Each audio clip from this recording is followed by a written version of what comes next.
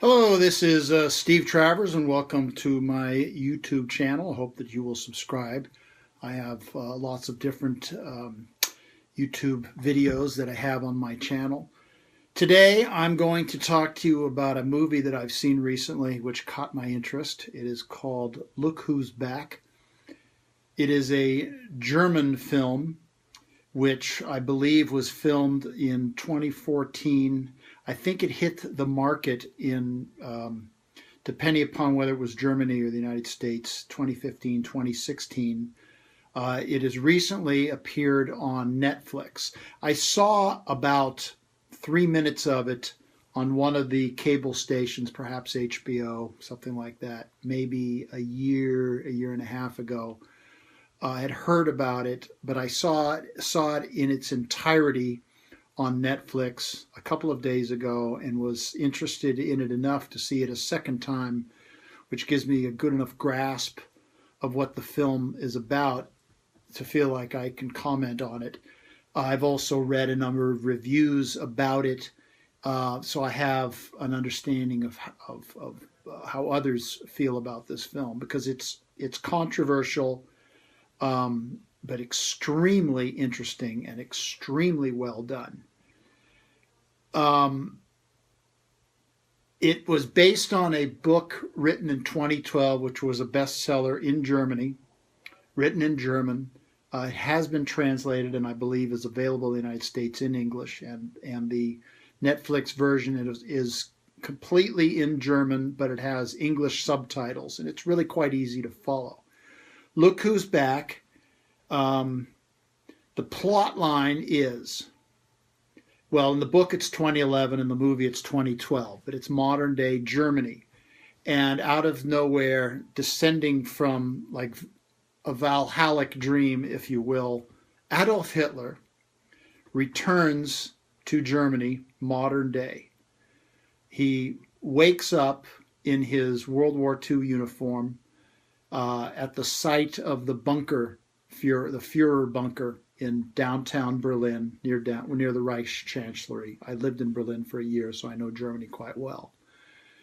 He is discovered by some children playing soccer, but a film crew, an independent film crew, is filming the kids playing soccer. So they capture the images of Hitler in his uniform in the background, but they don't particularly make a big deal of it. Hitler makes his way to a newspaper kiosk where the owner of the kiosk thinks he's a comic or possibly a lunatic.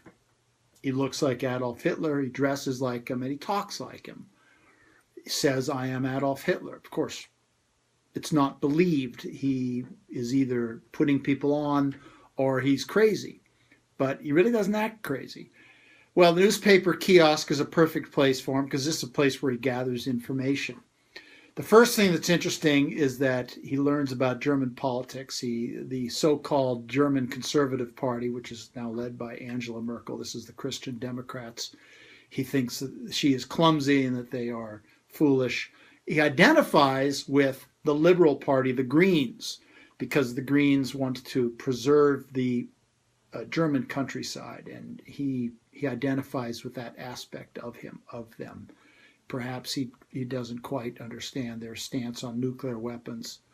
But he eventually comes into focus with a television station, courtesy of this producer who sees him on this video with the children playing soccer. And he's brought into a struggling television station, which has just had a change in direction, in which they've put a woman, Frau Bellini, in charge. And they decide that they're going to put, first Hitler is filmed on YouTube, and it gets a million hits on YouTube, and this convinces them to give him access to one of the shows on the television station. He dominates the show. He is incredibly charismatic. He is funny. He's racist, yet it's something of it seems almost a put on. And in this respect, this and the rest of the program, it's disarmingly comedic. I just don't know how to feel about this, because obviously Adolf Hitler is as evil a human being as has ever lived. But he was incredibly charismatic. He was a political superstar. He was incredibly smart about what he did. And you see this, it comes through in the performance of the character who plays Hitler, a man named Oliver Minucci. Now, I don't know how famous an actor he is in Germany. I'm only familiar with Bruno Ganz, who did a fantastic performance of Hitler in the movie Downfall in 2004, which was about the last days of the Third Reich before Hitler committed suicide and the Russians took over Berlin. This Minucci, he looks like Hitler. He's better looking than Hitler. He's very upright. He's got very good bone structure. But the mustache, the hair, the look, it's very Hitler-esque. How do I describe him? His confidence. He takes over a room. I mean, in this respect, they capture what Hitler must have been, because he wasn't highly educated. He wasn't a great military. He was a war hero, but he was not a general. He's not trained in any war colleges. Yet he dominated the scene and captured the attention and the faith and the belief of very intelligent people in Germany. And you see this in this film.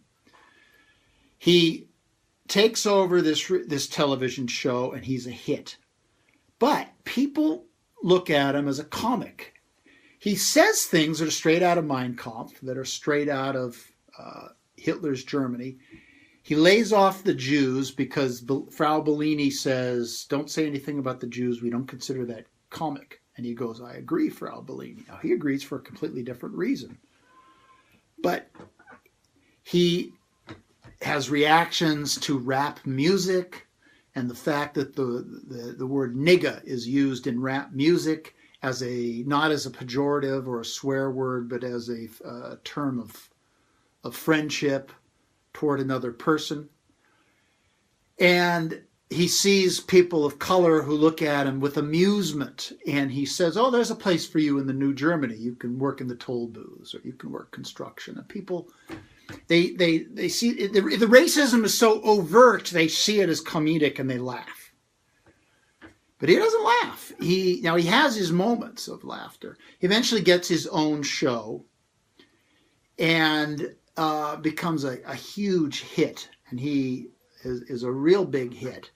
And then eventually, however, footage of him killing a dog comes on, and he loses his show. Frau Bellini is kicked off the show, but the network loses ratings immediately. Hitler, in the meantime, writes another book, another Second Mein Kampf, which is a bestseller. He's all over social media. He takes over Twitter. He takes over YouTube. And eventually a movie is made based on his book. And the movie is eventually produced by the television station that fired him, and Frau Bellini comes back in as the director of the movie. There is also some comedy about when he talks about Mein Kampf, and one of the producers talks about how they struggle with their wives. He goes, Mein Kampf with my wife. And this is one of the areas where Hitler laughs uproariously. There are several moments where Hitler shows humor, which he may or may not have had in real life, but he has here. So again, it's disturbingly funny and incredibly well acted and incredibly well done and well produced. Well, eventually the independent producer who discovers him finds out that he is the real Hitler. First, an old woman who was thought to be senile but lived through Hitler in the 30s and 40s sees him in person, recognizes him, and screeches, "You're a criminal! Get out of my house, you gas people." Hitler says, "No, under me, I promise you no English bombs will bomb your neighborhood." And she says, I'm not talking about English bombs, I'm talking about the gas. It becomes very serious. Then the producer goes back, he looks at his tape, and he sees that he basically comes up from a puff of smoke, sort of a lightning bolt that landed in the former bunker, and a puff of smoke, and arises Hitler. And he realizes, oh my God, this is actually Hitler. He's returned. He's the real thing. He's not a comic. He's not a put-on. He's not a jokester. It's the real thing. Well, he shoots him, kills him. Can't kill Hitler. Hitler falls off a building, returns, says, you can't get rid of me. He's immortal. It's his destiny. The man gets thrown into the loony bin, and Hitler goes off and makes his movie, which is a big hit with Frau Bellini. And then finally at the end, we see images of modern-day Germany. First of all, the average people who respond to Hitler say a lot of racist things or semi-racist things. They have a lot of opinions about immigrants and Salafists, which are Turks who are in Germany. And we shouldn't have this many immigrants in Germany. And Hitler gets people to say things. They say, we can't talk like this. We can't be, because Germans are cowed into silence. But around Hitler, they feel that they can say these things. And eventually, we see images of right-wing, or I don't call them right-wing. The neo-Nazis are not right-wing. The right-wing, I'm right-wing. I'm a Trump supporter. I'm a conservative, constitutional Christian conservative. That's not a right-wing neo-Nazi. I'm not a racist or a prejudiced person at all. But we see that the youth in the disaffected youth, mainly in the Eastern Europe, goes for Hitler, and they salute him. And we see images of riots in the streets as they riot against immigrants and Arabs and all these different things that are happening in Germany. And we see Hitler saying, I can work with this.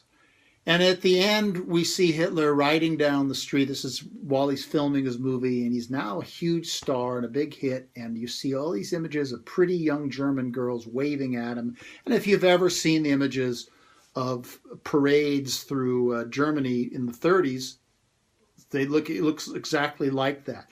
But oddly enough, Muslims are waving at him. And then the final scene, a black guy gives him the Black Power salute, and Hitler returns a salute like that. And oddly enough, he seems to connect with everybody. And it seems that he's smart enough to realize, I'm going to tone down the racism. He doesn't go off on rants about Jews. There's talk about camps and things like that. But he seems to have played a very strong political card. Now, where it's going to go from here, whether there's going to be a part 2, I don't know. It seems to me there's a lot of room for a part 2 or a second book, second movie. But I found it incredibly interesting, somewhat disturbing. I'm a little bit loath to do this review because I'm sure a lot of people found it disturbing. I'm sure a lot of Jewish people did. Although a Jewish reviewer in the New York Times said the best thing about Hitler is that you can now laugh at him. I don't know if you really can, but in this case, I was laughing a lot. I found it very, very funny, but also extremely intriguing. So that is my review of Look Who's Talking. It can be found on Netflix. It is originally a German production and is well worth watching. Thank you, and auf Wiedersehen.